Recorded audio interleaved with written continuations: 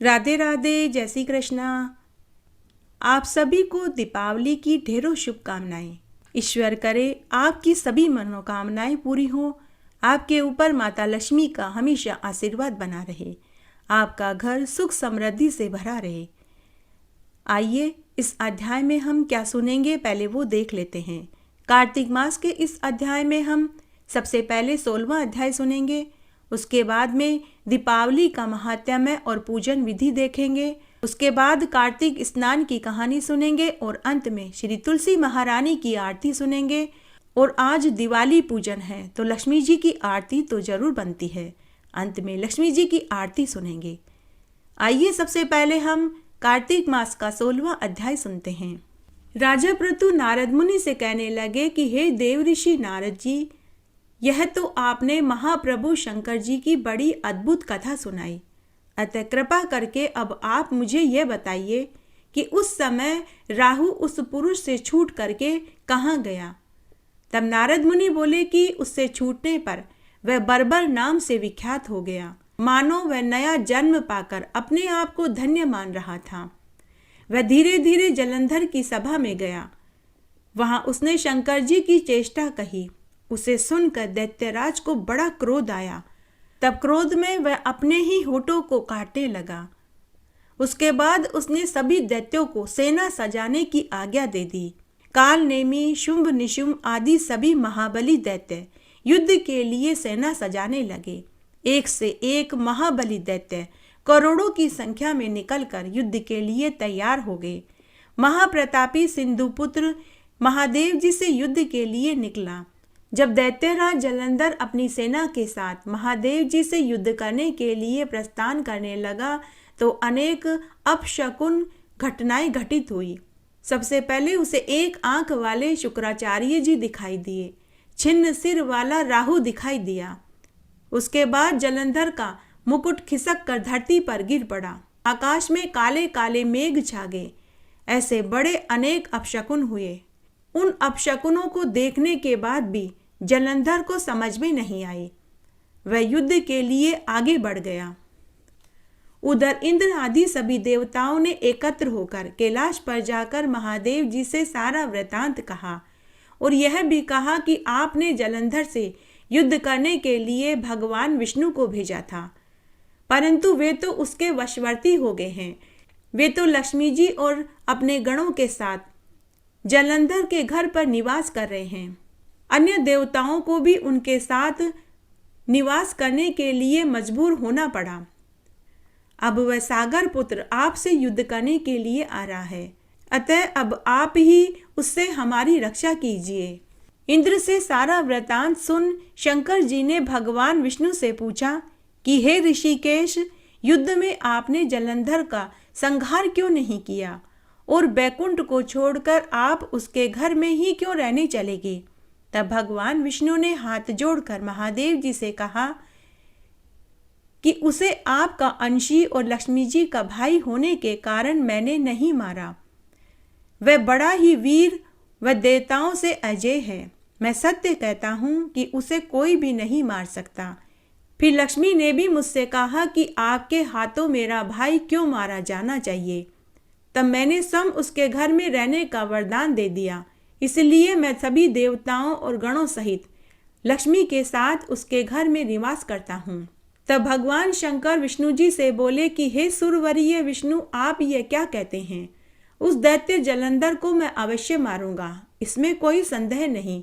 अब आप सब देवता जलंधर को मेरे द्वारा ही मरा हुआ जाने और आप अपने अपने लोक को चले जाएं। तब शंकर जी ने ऐसा कहा तो सभी देवता संदेह रहित होकर अपने अपने स्थान को चले गए। ठीक उसी समय महापराक्रमी जलंधर अपनी विशाल सेना के साथ कैलाश पर्वत की ओर बढ़ गया और सिंह नाद करने लगा। दैत्यों के नाद और कोलाहल से महादेव जी क्रुद्ध हो गए। उन्होंने अपने नंदी आदि गणों को उसके साथ युद्ध करने की आज्ञा दे दी। कैलाश पर्वत के पास भीषण युद्ध होने लगा। दैत्यों ने अनेक प्रकार के अस्त्र शस्त्र बरसाने शुरू कर दिए। भेरी, मृदंग, शंख, तीर, हाथी, घोड़े, रथ के शब्द से पूरी धरती कांपने लगी। युद्ध में कट कर मरे हुए हाथी घोड़े पैदलों का पहाड़ सा लग गया, जिससे कि युद्ध भूमि और भी आगमय हो गई। दैत्यों के आचार्य श्री शुक्राचार्य जी अपनी मृत संजीवनी विद्या से मरे हुए दैत्यों को जीवित करने लगे। यह देखकर महादेव जी के गण व्याकुल हो गए। वहां जाकर महादेव जी को युद्ध मैदान का सारा वृतांत सुनाया। यह सुनकर रुद्र के क्रोध की सीमा नहीं रही। वे अपने भयंकर रूप से सभी दिशाओं को प्रज्वलित करने लगे। फिर तो उस समय उनके मुख से एक बड़ी भयंकर कन्या उत्पन्न हुई, जिसकी दोनों जंघाएं ताल वृक्ष के समान थी। वह युद्ध भूमि में जाकर असुरों का चर्बन करने लगी। युद्ध भूमि में इस तरह विचरण करते हुए वह शुक्राचार्य जी के पास पहुंची और शीघ्र ही उन्हें अपने उदर में गुप्त कर लिया और फिर स्वयं भी वह अंतर्ध्यान हो गई। शुक्राचार्य जी के गायब हो जाने से दैत्यों का मुख मलिन हो गया और वे युद्ध छोड़कर भागने लगे। इस पर अनेक शुंभ, निशुंभ और कालनेमी आदि सेनापतियों ने अपने भागते हुए वीरों को रोककर शिवगणों पर प्रहार करने लगे और ऐसा ही शिवजी के नंदी आदि वीरगण, जिनमें गणेश स्वामी कार्तिकेय थे, अपने गणों को रोककर दैत्यों से भीषण युद्ध करने लगे। आइए अब हम दीपावली के महात्म्य को सुनते हैं। नारद जी राजा प्रतु से कहने लगे कि इसी प्रकार अमावस्या को स्नान आदि करने के बाद पितरों का पूजन करना चाहिए। दिन के तीसरे भाग में पितरों का श्राद्ध करें व भोजन करावें। सायकाल में अपने घर में तुलसी के स्थान में ब्राह्मण, मित्र, देवता इनके स्थानों पर दीपमाला करें। चौराहे पर, शमशान में, नदी, पर्वत, गौशाला में दीपक जलावें। फिर लक्ष्मी जी की स्तुति करें। जैसे पतिव्रता स्त्री पति से पहले जागती है, वैसे ही श्री लक्ष्मी जी भगवान से 12 दिन पहले जागती है। अमावस्या को बालक, वृद्ध, रोगी को छोड़कर अन्य को भोजन नहीं करना चाहिए। सायकाल में श्री लक्ष्मी जी का पूजन करके भोजन करना चाहिए।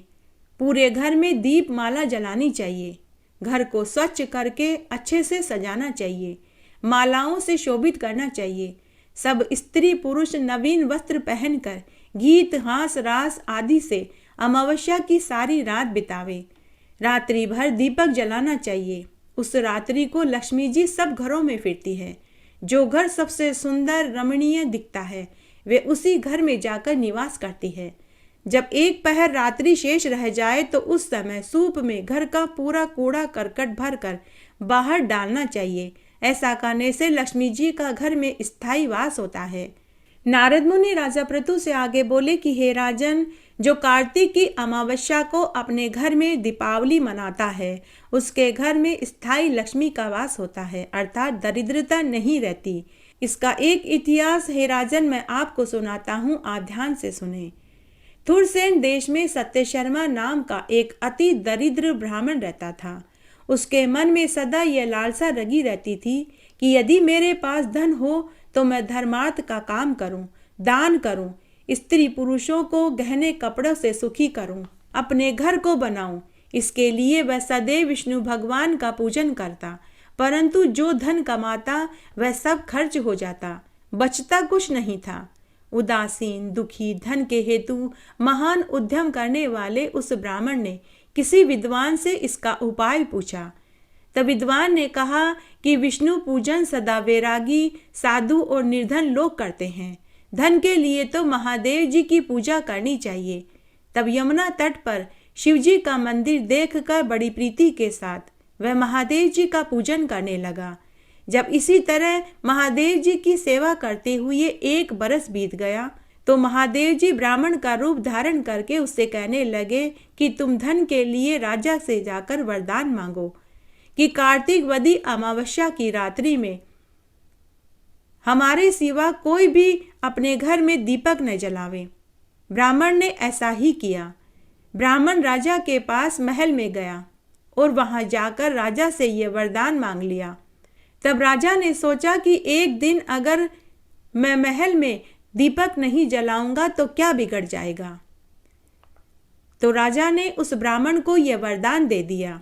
जब अमावस्या में 1 दिन बाकी रह गया, अर्थात चतुर्दशी को ब्राह्मण सत्य शर्मा फिर से राजा को याद दिलाने के लिए महल में पहुंचा। तब राजा ने पूरी नगरी में यह ढिंडोरा पिटवा दिया कि कोई भी अमावस्या की रात्रि को दीपक न जलावे, सभी अंधेरा रखें। तब राजा की आज्ञा का पालन किया गया। तब पूरी नगरी में किसी ने भी दीपक नहीं जलाया, यहाँ तक कि महल में भी अंधेरा रखा गया।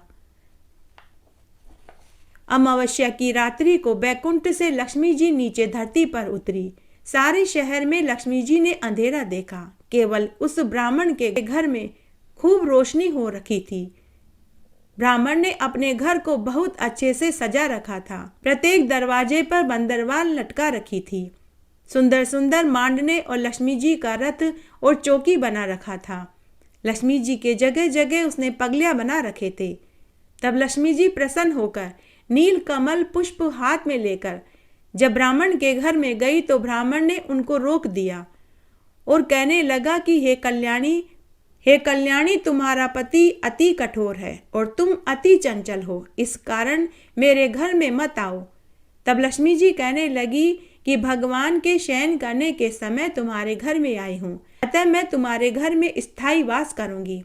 तब ब्राह्मण कहने लगा कि हे देवी, यदि आप इस बात की शपथ करो कि आप 3 वंश पर्यंत हमारे घर में वास करोगी, हमको मद से अंधा नहीं करोगी, तब आप मेरे घर में आ सकती हो। तब लक्ष्मी जी ब्राह्मण से कहने लगी कि हे ब्राह्मण, यदि तुम मेरा विधि पूर्वक पूजन करोगे तो मैं निश्चय तुम्हारे घर में स्थायी वास करूंगी।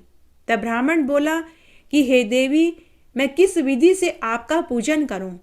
तो लक्ष्मी जी बोली कि कार्तिक वदी अमावस्या को प्रातः काल स्नान करके देवता और पितरों का पूजन करो, दिन के तीसरे भाग में श्राद्ध कर्म करो, अनेक प्रकार के भोजन से ब्राह्मणों को संतुष्ट करो, फिर प्रदोष काल में दीप मालिका करो, अपने घर के आंगन में, तुलसी क्यारे में, ब्राह्मण के घर के चबूतरे पर, मंदिरों में, शमशान और चौक में, गौशाला में दीपक जलाओ। जैसे पतिव्रता स्त्री पति के पहले जागती है, वैसे ही मैं भी भगवान के जागने से 12 दिन पहले जागती हूँ। इस दिन बालक, वृद्ध, रोगी के सिवा कोई भी भोजन न करे। शाम को मेरा पूजन करें। पहले स्वस्ति वाचन द्वारा गणेश जी का पूजन करें, फिर कुबेर का पूजन करें, उसके बाद लक्ष्मी का पूजन करें। तब ब्राह्मण पूछने लगा कि हे देवी, आपके किस रूप की पूजा करें? कृपया करके आप मुझे वह भी बताओ। तब लक्ष्मी जी बोली कि कमल के आसन पर स्थित, कमल के पुष्पों के समान नेत्र वाली, गंभीर नाभि वाली, स्तर के भार से नम्र सुंदर वस्त्र पहने हुए, देवताओं के हाथियों से, मणि युक्त घड़ों से स्नान युक्त, कमल पुष्प हाथ में लिए हुए ऐसी लक्ष्मी मेरे घर में निवास करे। पहले श्री लक्ष्मी जी को आसन दे, फिर पाद्य, अर्घ्य, आचमन, स्नान, वस्त्र, दीपक, गंध, अक्षत, पुष्प, धूप, दीप, जल, तांबूल, सुपारी, इन सब चीज़ों से पूजन करके नमस्कार करें और प्रार्थना करें। फिर दीपावली के दीपक जलावें, रात्रि में कीर्तन करें। इस प्रकार कुबेर और लक्ष्मी का पूजन करें। फिर एक ब्राह्मण को भोजन करावें। उसके बाद सत्य शर्मा ब्राह्मण ने इसी प्रकार से लक्ष्मी जी का पूजन किया। तब सत्य शर्मा को बहुत सा धन प्राप्त हुआ, जिससे वह बहुत काल तक दान करता रहा। उसके बाद सत्य शर्मा ब्राह्मण लक्ष्मी जी को धन्यवाद देने लगा। तब सत्य शर्मा ब्राह्मण कहने लगा कि हे देवी, हे लक्ष्मी माता, आप धन्य हैं। आपके बिना संसार का कोई कार्य सिद्ध नहीं हो सकता। नारद मुनि बोले कि इस प्रकार वह सत्य शर्मा ब्राह्मण बड़े बड़े यज्ञ करके संसार से विरक्त होकर मथुरा में चला गया और फिर वहीं समाधिस्थ होकर विष्णुलोक को प्राप्त हुआ। उसके वंश वाले भी धनी हुए। नारद मुनि राजा पृथु से आगे बोले कि हे राजन, जो कोई भी दीपावली के इस महात्म्य को सुनता, पढ़ता और सुनाता है, उसे कभी भी दरिद्रता का मुंह नहीं देखना पड़ता। उसके घर में 7 जन्म तक लक्ष्मी जी वास करती है। आइए अब हम लक्ष्मी जी की एक कहानी सुनते हैं। दीपावली पूजन के साथ लक्ष्मी जी की कहानी जरूर सुननी चाहिए। आइए अब हम लक्ष्मी जी की कहानी सुनते हैं। बहुत पुरानी बात है। पुराने रीति रिवाज आज भी मान्य हैं। आज भी कुछ रीति रिवाज ऐसे हैं जिन्हें हर घर में माना जाता है। उनमें से एक रिवाज आपको इस कहानी में सुनने को मिलेगा। एक गांव में एक साहूकार परिवार था। उसके 5 बेटा बहू और 2 बेटियां थी। 5 बेटों और एक बेटी का विवाह हो चुका था। जब छोटी बेटी विवाह लायक हुई तो साहूकार दंपति ने एक अच्छा धनी परिवार देखकर अपनी बेटी का धूमधाम से विवाह कर दिया। छोटी बेटी एक ऐसे घर में विवाह होकर गई जहां माता पिता और इकलौता पुत्र ही था, अन्य कोई नहीं था। नई बहू घर आई तो धनी परिवार भी बहुत खुश हुआ, क्योंकि नई बहू बड़ी ही संस्कारी थी। बहू ने आते ही सारा घर संभाल लिया। रुपयों, पैसों व अन्य धन की उनके घर में कोई कमी नहीं थी।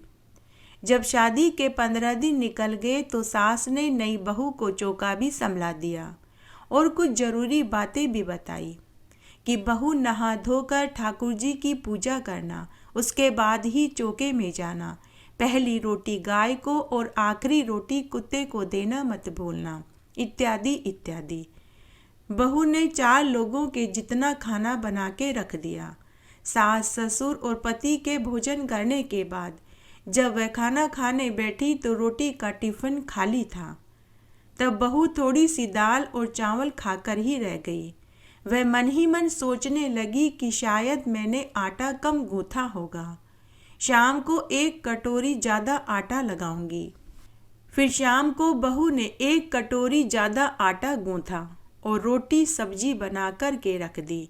शाम को पुनः सास, ससुर और पति के भोजन करने के बाद जब वह खुद भोजन करने बैठी तो फिर से रोटी के टिफिन में रोटियां ही नहीं बची। वो मन ही मन सोचने लगी कि मैंने शाम को 4 रोटी का ज़्यादा आटा गूंथा, लेकिन फिर भी रोटियां नहीं बची। वह फिर से सब्जी खाकर पानी पीकर ही सो गई। सुबह दूसरे दिन उसने फिर से 4 रोटी का ज़्यादा आटा डाल कर के आटा गूंथा और रोटी, दाल, चावल, रायता बना कर के रख दिया। सास, ससुर और पति के भोजन करने के बाद जब वह खुद भोजन करने बैठी तो उसने मन ही मन सोचा कि आज तो मेरे लिए ज़रूर रोटियां बचेगी, क्योंकि आज मैंने कल से भी ज़्यादा आटा लगाया था। लेकिन जब उसने रोटी का टिफिन खोला तो फिर से रोटी का टिफिन खाली निकला। वह फिर से दाल, चावल और रायता खाकर ही रह गई। वह समझ ही नहीं पाई कि ऐसा क्यों हो रहा है। कौन है जो नहीं चाहता कि मैं रोटी खाऊं? दिन पर दिन वह इस तरह सूखने लगी और अपने मन की बात भी उसने किसी को नहीं कही। लेकिन वह रोज ज़्यादा आटा लगाती कि शायद कोई दिन तो उसके लिए रोटी बचेगी। लेकिन ऐसा कोई दिन आया ही नहीं कि उसके लिए रोटियां बचती। वह दिन पर दिन बिना अन्न खाने से कमज़ोर होने लगी। तब एक दिन की बात है, बहू पालक काट रही थी तो गलती से उसकी उंगली में चाकू से चीरा लग गया। तब उसकी सास ने कहा कि बहू, तुम आज रोटी कैसे बनाओगी? तुम रहने दो, आज भोजन मैं बना दूंगी। तब बहू बोली कि सासू माँ, आप आटा लगा दीजिए, रोटियां तो मैं बना लूँगी। तब सास ने आटा लगा दिया। बहू ने सब्जी और रोटी बना कर के रख दिया। बहू मन ही मन विचार करने लगी कि सासू माँ ने तो रोटी का आटा बहुत कम लगाया है, मेरे लिए तो मुश्किल ही रोटी बचेगी। इसलिए थोड़े से चावल उसने ज़्यादा उबाल लिए। फिर सास, ससुर और पति के भोजन करने के बाद जब बहू दुखी मन से भोजन खाने बैठी तो उसने रोटी का टिफिन खोला तो उसमें 4 रोटियां निकली। उस दिन बहू की खुशी का ठिकाना नहीं रहा। उसने उस दिन भर पेट रोटी, सब्जी, चावल खाए। इस तरह जब तक बहू की उंगली ठीक नहीं हुई तब तक सास ही आटा लगाती रही और बहू को रोज टिफिन में उसके लिए रोटियां बचती रही। 8-10 दिन तक ऐसा ही चलता रहा। जब 10 दिन बाद बहू की उंगली बिल्कुल ठीक हो गई तो सास ने बहू से कहा कि बहू, अब तुम्हारी उंगली ठीक हो गई है तो क्या तुम आटा लगा लोगी या मैं लगाऊं? तब बहू ने कहा कि सासू माँ, आज आटा मैं ही लगा लूँगी। उस दिन बहू ने आटा सम लगाया। उसके बाद उसने रोटी, सब्जी और चावल बना कर के रख दिए। उस दिन सास ससुर और पति के भोजन करने के बाद जब बहू भोजन करने बैठी तो फिर से टिफिन में एक भी रोटी नहीं थी। बहू यह देखकर दुखी, हैरान और परेशान हो गई कि मैंने सासू माँ से भी ज़्यादा आटा लगाया था, परंतु फिर भी मेरे लिए रोटियां नहीं बची। इस तरह बहू फिर से दिन पर दिन बिना अन्न के रहने लगी। फिर एक दिन उसके पति ने पूछा कि हमारे घर में किसी चीज़ की कोई कमी नहीं है, तुम ही बनाने वाली हो और तुम ही सबको खिलाने वाली हो। तुम अच्छे से अच्छा भोजन बना कर के खाओ, अपनी पसंद का भोजन बनाया करो। तुम्हें कौन रोकने टोकने वाला है? देखो तुम दिन पर दिन कमजोर होती जा रही हो। तुम्हें किस बात का दुख है मुझे बताओ। लेकिन संकोचवश बहू ने अपने पति से कुछ नहीं कहा। तब पति ने मन ही मन सोचा कि शायद मेरी पत्नी को मायके की याद आ रही होगी। कल मैं माँ बाबूजी से आज्ञा लेकर इसे इसके मायके, इसके माता पिता, भाई बहन और भाई भौजाई से मिला लाता हूँ। अब दूसरे दिन बेटे ने अपने माँ और बाबूजी से मन की पूरी बात बताई तो माँ और बाबूजी ने कहा कि बेटा जरूर जाओ, शायद बहू का मन प्रसन्न हो जाए। तब बेटा अपनी पत्नी को लेकर उसके मायके गया। साहूकार दंपति अपने बेटी जवाई से मिलकर बहुत खुश हुए। उन्होंने बेटी जवाई का खूब आवभगत किया। तरह तरह के व्यंजन उन्हें परोसे गए। साहूकार दंपति ने अकेले में अपनी बेटी से पूछा कि बेटी, तुम्हें ससुराल में क्या दुख है? क्या तुम्हें खाने को भोजन नहीं देते? क्या तेरे सास ससुर तेरे साथ अच्छा बर्ताव नहीं करते? तुम्हें किस बात का दुख है? क्यों तुम इतनी कमजोर हो गई हो? तब बेटी ने अपने माता पिता, दादी और भाई भौजाई को पूरी सच्चाई बताई। तब उसकी दादी ने कहा कि बेटी, हमारा तेरे ससुराल में बीच में बोलना ठीक नहीं होगा। बेटी, तेरे से माँ अन्नपूर्णा नाराज है। बेटी, अब की बार तू पूरी बात अपने सास ससुर और पति को बताना, सब ठीक हो जाएगा। तब साहूकार दंपति ने अपनी बेटी और जवाई को खूब सारा धन देकर विदा कर दिया। जब बहू ससुराल आई तो उसने अपने सास ससुर और पति के सामने रोटी वाली पूरी सच्चाई बताई और यह भी बताया कि जब मेरी उंगली में लगी थी तब सासू माँ ने 8-10 दिन तक आटा लगाया। तब तो रोज मेरे लिए 4 रोटियां बचती थी, लेकिन जब मैं स्वयं वापस से आटा लगाती तो मेरे लिए रोटियां ही नहीं बचती थी। तब सास अपनी बहू को चौके में लेकर के गई, पीपे में से आटा निकाला और बहू के सामने आटा लगाया। आटा लगाने के बाद परात में एक कोने में आटे को रखा और गुथे आटे पर खुद के हाथ की 5 उंगलियों का निशान दबा कर के छोड़ दिया। गुथे आटे पर 5 उंगलियों का निशान माँ अन्नपूर्णा, माँ लक्ष्मी की उंगलियों का छाप होता है। माँ अन्नपूर्णा व माँ लक्ष्मी का आशीर्वाद होता है, अर्थात यह हमारे घर के बरकत का चिन्ह होता है कि जितना आटा लगाया है उसमें हमारे घर में बरकत हो जाए और घर का कोई भी सदस्य न भूखा रहे न भूखा सोए।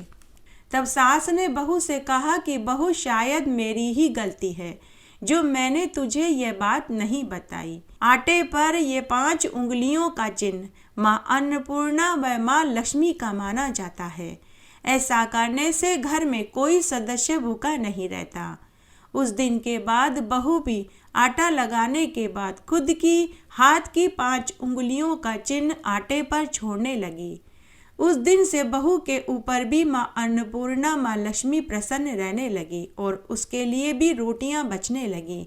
अब वह भी भर पेट रोटियां खाने लगी। जय हो माता अन्नपूर्णा की, जय हो माता लक्ष्मी की।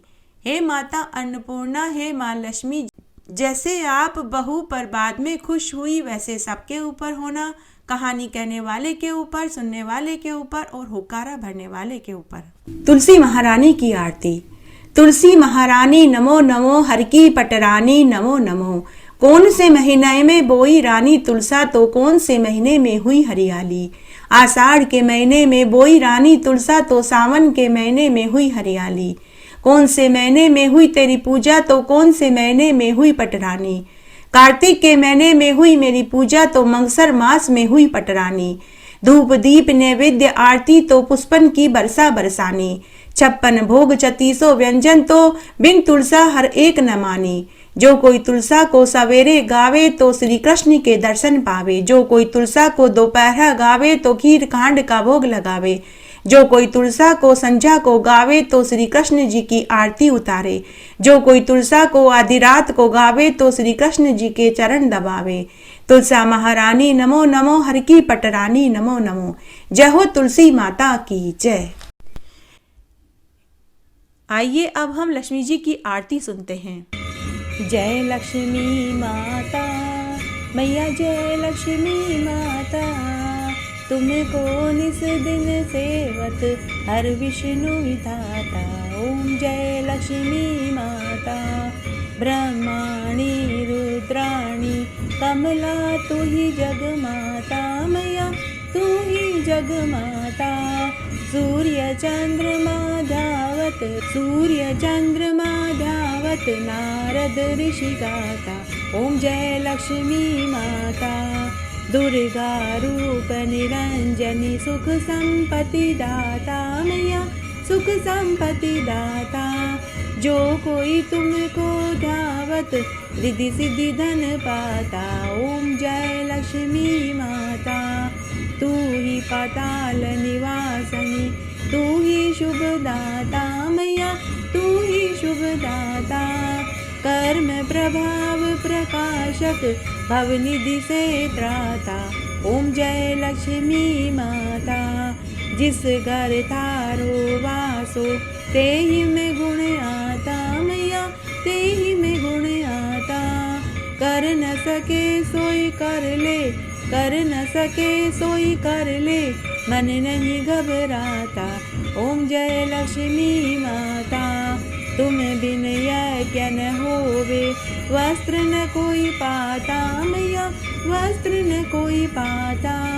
खान पान का वैभव सब तुमसे आता। ओम जय लक्ष्मी माता, शुभ गुण सुंदर मुक्ता, क्षीर निधि जाता मैया, क्षीर निधि जाता।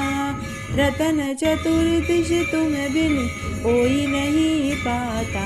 ओम जय लक्ष्मी माता, लक्ष्मी जी की आरती जो कोई जन गाता मैया, जो कोई जन गाता।